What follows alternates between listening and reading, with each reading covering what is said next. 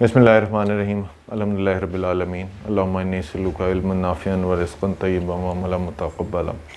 अल्लाह ताला से दुआ है कि हमारे इस इल्म को नफ़ा बख्श बनाए, हमारे रिज़्क़ में बरकत दे और हमारे अमल को भी कबूल फरमाए।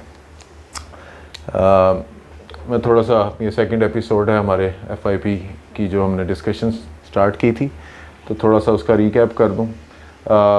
मैंने एक तो जो बताया था कि हम ये सारा कुछ कर रहे हैं योर वैल्यूड लर्निंग के हेड के अंदर। योर मैं और आप हैं, ऑल्दो आपके लिए रिप्रेजेंट होता है, लेकिन मैं भी इसमें शामिल हूँ। वैल्यूड कि हम इस चीज़ को जो अपना वक्त और एक्टिविटी और रिसोर्सेज लगा रहे हैं इसको वैल्यूएबल बनाएं, और साथ साथ मैं भी सीखूं और आप लोग भी सीखें, और हम उस सीखने के बाद उसको अपने लिए भी और दूसरों के लिए भी वैल्यूएबल बनाएं, नफ़ा बख्श बनाएं, फ़ायदेमंद बनाएं, जो भी आप उसको नाम दें। तो FIP normally final year project होता है, जो कि पहले सिर्फ 8 सेमेस्टर तक होता था, वो 7th और 8th दोनों के अंदर होता है। 7th में आप डॉक्यूमेंटेशन करते हैं, 8th में आप इम्प्लीमेंटेशन करते हैं। डॉक्यूमेंटेशन बेसिकली क्या करते हैं, प्रोजेक्ट होता क्या है। प्रोजेक्ट दो चीज़ों को मैं प्लेन लफ्ज़ में कहूँ तो कि कहाँ जाना है और कैसे जाना है, ठीक है, वेयर टू गो और हाउ टू गो। तो वो जो कहाँ जाना है और हमारी प्रॉब्लम स्टेटमेंट क्या है, उसको हम डॉक्यूमेंटेशन वगैरह का नाम दे देते हैं। और देन इम्प्लीमेंटेशन, एक्चुअल जो हमने उसको इम्प्लीमेंट करना है, कोडिंग है, कोई सॉफ्टवेयर है, हार्डवेयर है, जो भी कुछ है। फिर हमने थोड़ा सा बताया था कि ये FIP हमारी बेसिकली समरी होती है जो हम ओवरऑल डिग्री कर रहे हैं। तो इसमें बहुत सारे कोर्सेज़ तो डायरेक्टली इन्वॉल्व होते हैं। सॉफ्टवेयर इंजीनियरिंग है, रिक्वायरमेंट एनालिसिस है, टाइम एस्टिमेशन जो सॉफ्टवेयर इंजीनियरिंग का पार्ट है, किस बंदे ने क्या क्या काम करना है, क्योंकि टीम मिल के काम कर रही होती है। फिर डाटा स्ट्रक्चर का कोर्स बड़ा इंपॉर्टेंट है इसके लिहाज से। एल्गोरिदम्स है, प्रॉब्लम सॉल्विंग का कोर्स बाज़ जगह पढ़ाया जाता है। फिर टूल टेक्नोलॉजी है, फिर आपको ग्राफिक्स में कर रहे हैं तो वो इन्वॉल्व हो जाता है। थ्योरी ऑफ ऑटोमेटा इन्वॉल्व हो जाती है। तो ये एक ओवरऑल आपकी डिग्री की समरी है। फिर एक और बड़ा इंपॉर्टेंट पार्ट ये होता है कि लोग आमतौर पे ख़ास तौर पे फ्रेश जिनको काम नहीं मिल रहा होता कि जी हमारे पास एक्सपीरियंस नहीं है तो हमें जॉब नहीं मिल रही। तो मेरा क्वेश्चन ये है कि क्यों एक्सपीरियंस नहीं है अगर आपने FIP की है, जो कि आपका 1 साल है। 1 साल 2 या 3 बंदे टीम मिल के काम कर रही है और फिर कहे कि एक्सपीरियंस नहीं है, तो इसका मतलब है आप अगले जॉब में भी कुछ काम नहीं कर सकेंगे। सिंपल जो हम जॉब में काम कर रहे होते हैं, रिक्वायरमेंट एनालिसिस होता है वो आप अपने FIP में कर रहे होते हैं। टीम वर्क होता है वो भी आप FIP में, क्योंकि 2-3 लोग हैं। टाइम लाइन होती है आपके पास डिफाइंड, वो भी आप काम कर रहे होते हैं। प्रोजेक्ट प्लान होता है वो भी आप यहाँ FIP में कर रहे होते हैं। और फाइनली डिप्लॉयमेंट है वो भी आप से काम कर रहे हो। तो ये सारा कुछ आप अपने FIP में ऑलरेडी कर रहे होते हैं, इसलिए आपको ये सब कुछ पता होना चाहिए। तो हम इसको थोड़ा सा क्लीन अप कर देते हैं आपके लिए, ताकि थोड़ी सी ज़रा समझना। अब हमारे पास सबसे पहले तो हमने बनाना क्या है या जाना कहाँ है, उसके लिए हम प्रॉब्लम स्टेटमेंट कह लें। तो जब आप FIP कर रहे हैं तो FIP करने के थोड़े से 2 चीज़ें मैक्रो लेवल पे हैं, और देन हम उसको फर्दर ड्रिल डाउन कर सकते हैं। मैक्रो क्या है कि माय आइडिया, मैं अपने आइडिया पे काम कर रहा हूँ, और क्लाइंट आइडिया। अपने लिए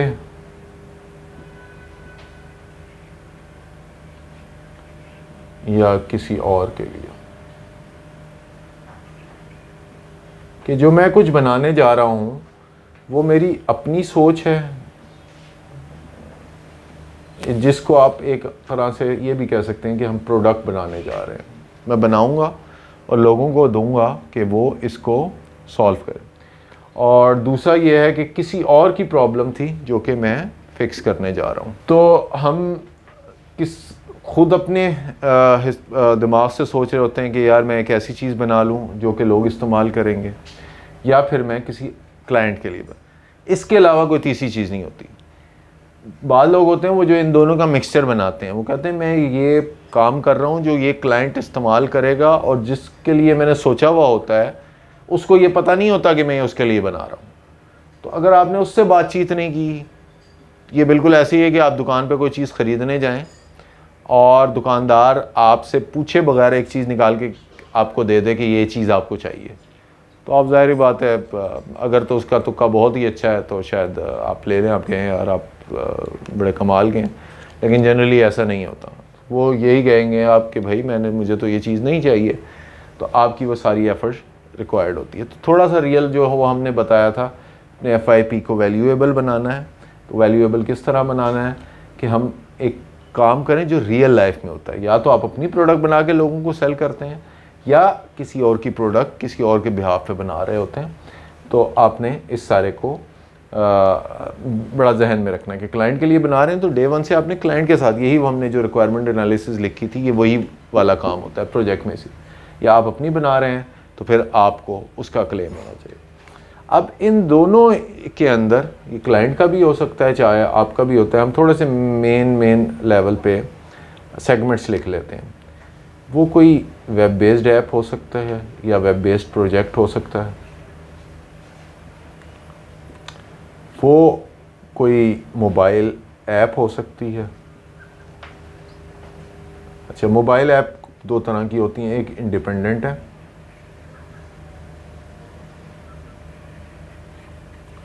और ये यूजुअली बहुत कम होती हैं। इसकी मैं थोड़ा सा आपको इंडिपेंडेंट की मिसाल दे दूं, जैसे कोई गेम हो गई।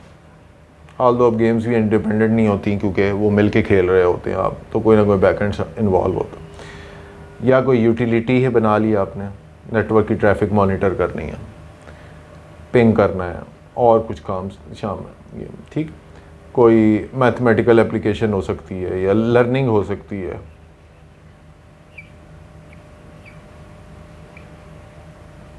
जैसे आप समझ लें कुरान मजीद की ऐप है, अहादीस की ऐप है, कुछ लेक्चर्स पढ़े हुए हैं कि आप बस उनको करते हैं तो वंस एक दफ़ा। और दूसरा इन दोनों का कम्बिनेशन होते हैं, मोबाइल प्लस वेब। तो हम अभी थोड़ा सा अपने आप को फोकस रख के लिमिटेड इन्हीं पे करते हैं कि आपने कोई वेब बेस्ड प्रोजेक्ट बनाना है, कोई मोबाइल ऐप बनानी है जो इंडिपेंडेंट है, या मोबाइल प्लस वेब ऐप बनानी। तो आपने सबसे पहले ये देखना है ये सारी चीज़ें। अच्छा, मैं साथ साथ आपको ये बताता रहूँगा कि जो चीज़ें मार्केट में आपके एक्सपीरियंस वाइज भी आपको हेल्पफुल होंगी, मतलब कि आप उसको बनाने के बाद वही जो बात हुई कि आपका एक्सपीरियंस कंसिडर होगा, मार्केट में इस्तेमाल हो रही हैं। तो ये सब चीज़ें मार्केट में इस्तेमाल हो रही हैं।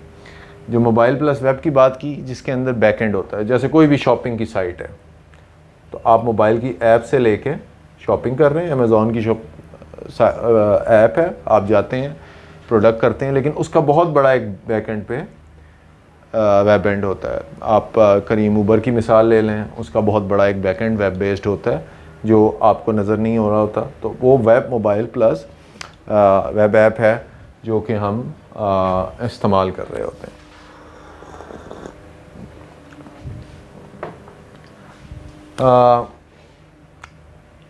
इनमें से आप डिसाइड कर लें कि जी हमने क्या करना है, अपनी चॉइस।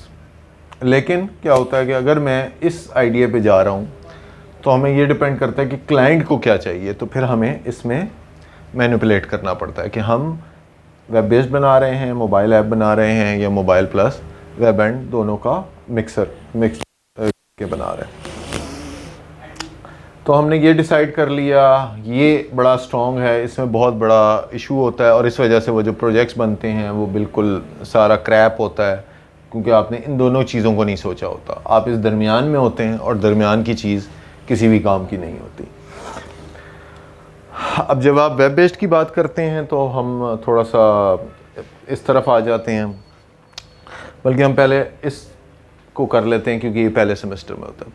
इसका जो ये डोमेन है ना, ये बड़ा कोर एरिया है इससे ताल्लुक़,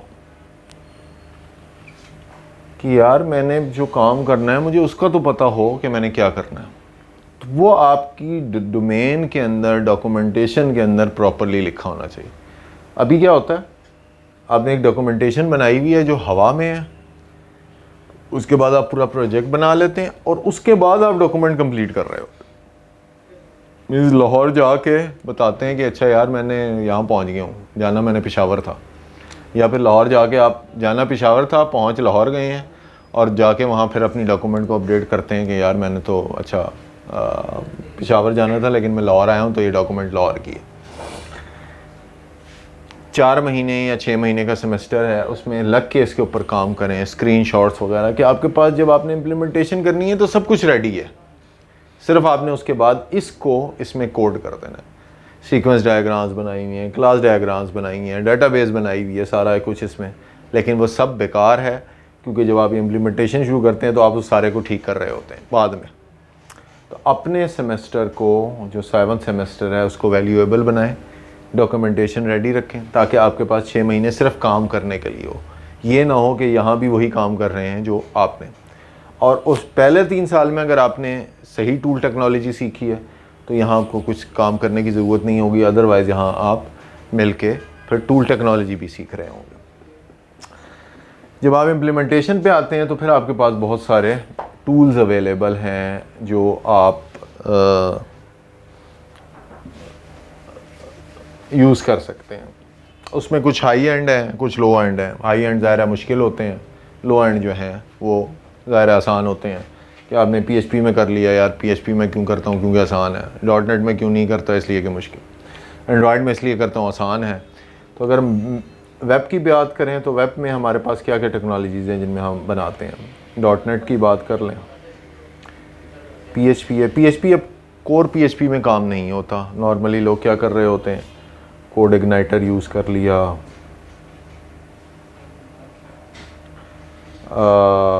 लारावेल यूज़ कर लिया, ये फ्रेमवर्क्स है। केक PHP है, उसको यूज़ कर लिया। ये मुख्तलिफ फ्रेमवर्क्स हैं। तो आप कभी भी फुल हैंड्स ऑन नॉलेज नहीं, आप किसी बनी बनाई चीज़ को यूज़ कर रहे हो। Node.js के साथ बाद लोग कर लेते हैं, एंगुलर के साथ कर रहे होते हैं। एंगुलर के साथ कोई ना कोई वो होना चाहिए, बैकएंड होना चाहिए। जेंगो है, उसके साथ यूज़ कर रहे हैं। अगेन ये भी फ्रेमवर्क यूज़ कर लिया, जो कि मैं जनरली रिकमेंड नहीं करता। आपको हार्ड कोड .NET में कर लिया और दूसरा आपके पास बड़ा फ्रेमवर्क जावा का मौजूद है। ये आपके वेब के रिलेटेड हो गए। फिर आप मोबाइल के पास आते हैं तो आपके पास एंड्रॉयड है। अच्छा, इसमें भी आप नेटिव ऐप बना रहे हैं, तब आपके पास आप एंड्रॉयड यूज़ कर रहे होते हैं। ऑब्जेक्टिव सी यूज़ करते हुए या स्विफ्ट यूज़ करते हुए, iOS की ऐप है। या फिर आप कोई क्रॉस प्लेटफॉर्म यूज़ कर लेते हैं, जैसे कि फ्लटर हो गया। इसमें भी अगेन मैं अगर इन सब की बात करूं तो इसमें ये वाला नंबर 1, ये भी, ये दोनों हाई एंड हैं आपके एक्सपीरियंस वाइज, जॉब वाइज, आपकी सैलरी वाइज। और उसके बाद ये फिर आगे नेक्स्ट नंबर पे आती हैं जिनकी इससे लो एंड है। और क्योंकि ये आसान है, फ्रेमवर्क्स हैं, तो आप कहते हैं यार चलो हम इसमें काम कर लेते हैं, ये हमारे लिए एक आसान काम है।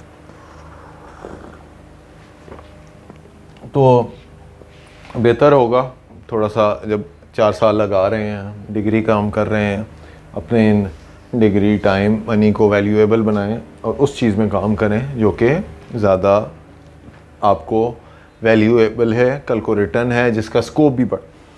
अब .NET और जावा की मिसाल आप लें तो आप इसके अंदर, इसका स्कोप क्या है, वेब और डेस्कटॉप सर्विस, सब इतना बड़ा स्कोप है। PHP का है ये, अगर हम थोड़ा से एप्लीकेशंस का स्कोप ले लें तो अगर आप इसकी मिसाल लें, PHP ये तो सिर्फ इतना काम कर सकती है। वेब क्योंकि वेब बेस्ड है, Node.js वगैरह का भी इसी तरह का छोटा का स्कोप है।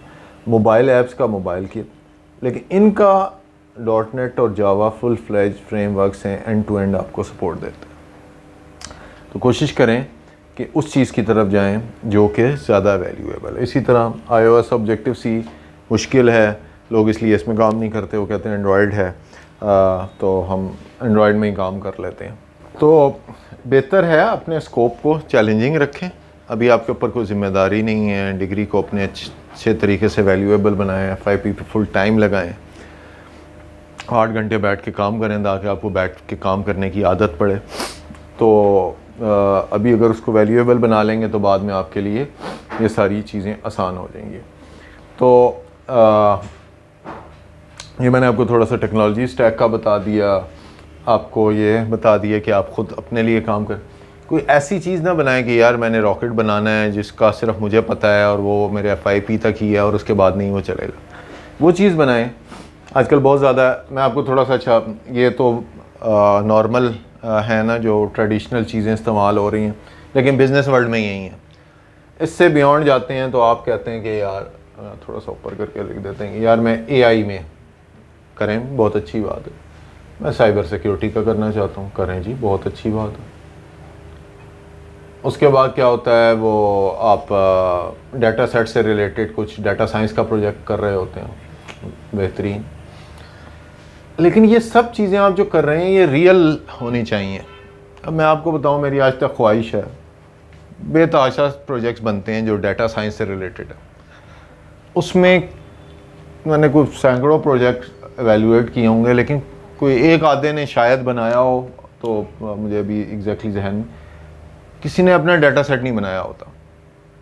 डाटा सेट बाहर से आप उठा रहे होते, सैम्पल डाटा से। ठीक है, आप जब प्रोजेक्ट डाटा सेट के ऊपर, डाटा साइंस के ऊपर प्रोजेक्ट कर रहे हैं, तो उसमें तो आपको डाटा सेट बनाना है रियल। आप किसी बीमारी की प्रेडिक्शन कर रहे हैं। पिछले दिनों मैंने एक देखा तो 3 प्रोजेक्ट्स थे। एक आलू के पत्तों के ऊपर डिजीज़ की डिटेक्शन थी, एक मेरा ख्याल है सिट्रस के ऊपर थी 2, और तीसरी जैतून के ऊपर थी। डाटा सेट कहाँ का है? अच्छा, वो डाटा सेट ही बड़े थोड़े से। उसके बाद वो जो डाटा सेट है वो ये कंपैरिजन नहीं कर सकता कि या आम का पत्ता है या जैतून का पत्ता है।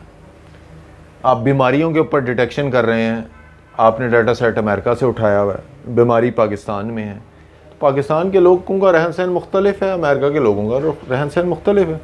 इसलिए आप देखें, जब मेडिसिन की कोई टेस्टिंग होती है तो वो मुख्तलिफ जोग्राफिकल रीजन्स पे होती है। तो आप जब तक खुद से डाटा सेट नहीं बनाएंगे तो कोई उसका फ़ायदा नहीं।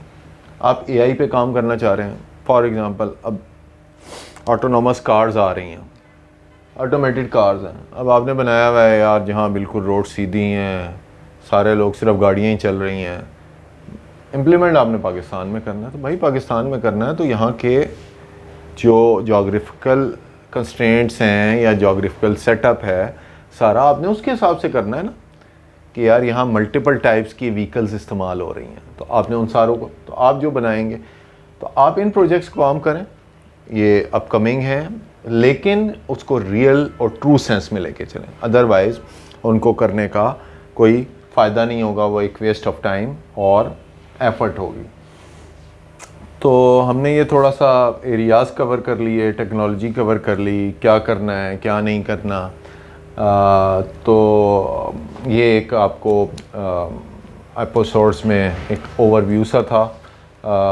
आई होप कि आपके लिए ये सब कुछ वैल्यूएबल होगा, बट ऑब्वियसली बात है कि ये सब कुछ उस वक्त वैल्यूएबल है जब आप इसके ऊपर आप समझें इसको, और इसके डे एंड पे इम्प्लीमेंटेशन आपने खुद करनी है। तो अगर आप खुद नहीं कर रहे तो आपको उसको करने का कोई फ़ायदा नहीं। मतलब मैं आपको जितना मर्ज़ी बता दूं या कोई भी बता दे, आपके टीचर्स बता दें, माँ बाप बता दें, अगर आप वो नहीं करेंगे तो ज़ाहिरी बात है उससे कोई आपको फ़ायदा नहीं होगा। तो इसके ऊपर थोड़ा सा इन सब चीज़ों को मतलब दोबारा से रिकॉल कीजिए, समझने की कोशिश करें। अभी मिस हो गई है कोई चीज़ आपकी डिग्री के टाइम पे, तो उसको रिकॉल करने की कोशिश करें।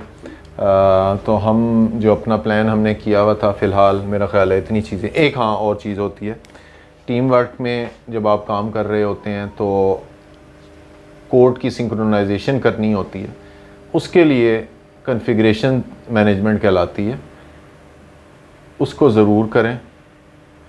कोई सोर्स कोड यूज़ कर लें, गेट यूज़ कर लें, आजकल तो वो फ्री अवेलेबल है। कोई टीम SVN जो भी है उसको ज़रूर यूज़ करें, ताकि ये ना हो कि मैं कोड को कॉपी पेस्ट करता हूँ। इससे रिलेटेड आपके जहन में कोई सवालात हों, आप हमसे यूट्यूब कमेंट सेक्शन में भी डाल सकते हैं, और डायरेक्ट भी हम कोशिश करेंगे अपना कॉन्टैक्ट डिटेल्स वगैरह आपसे शेयर कर दें, ताकि आप उससे भी कोऑर्डिनेट कर लें और हम बाद में कोई एक आधा लाइव सेशन भी कर लें। अगर हमें 3rd एपिसोड की ज़रूरत पड़ी तो मैं एवेलुएट करूँगा कि हमें वो 3rd एपिसोड डालनी है या फ़िलहाल के लिए 2 ही एपिसोड काफ़ी हैं। तो अल्लाह से दुआ है कि हमारा ये कहना सुनना कबूल फरमाए, इसको हमारे लिए फ़ायदेमंद बनाए।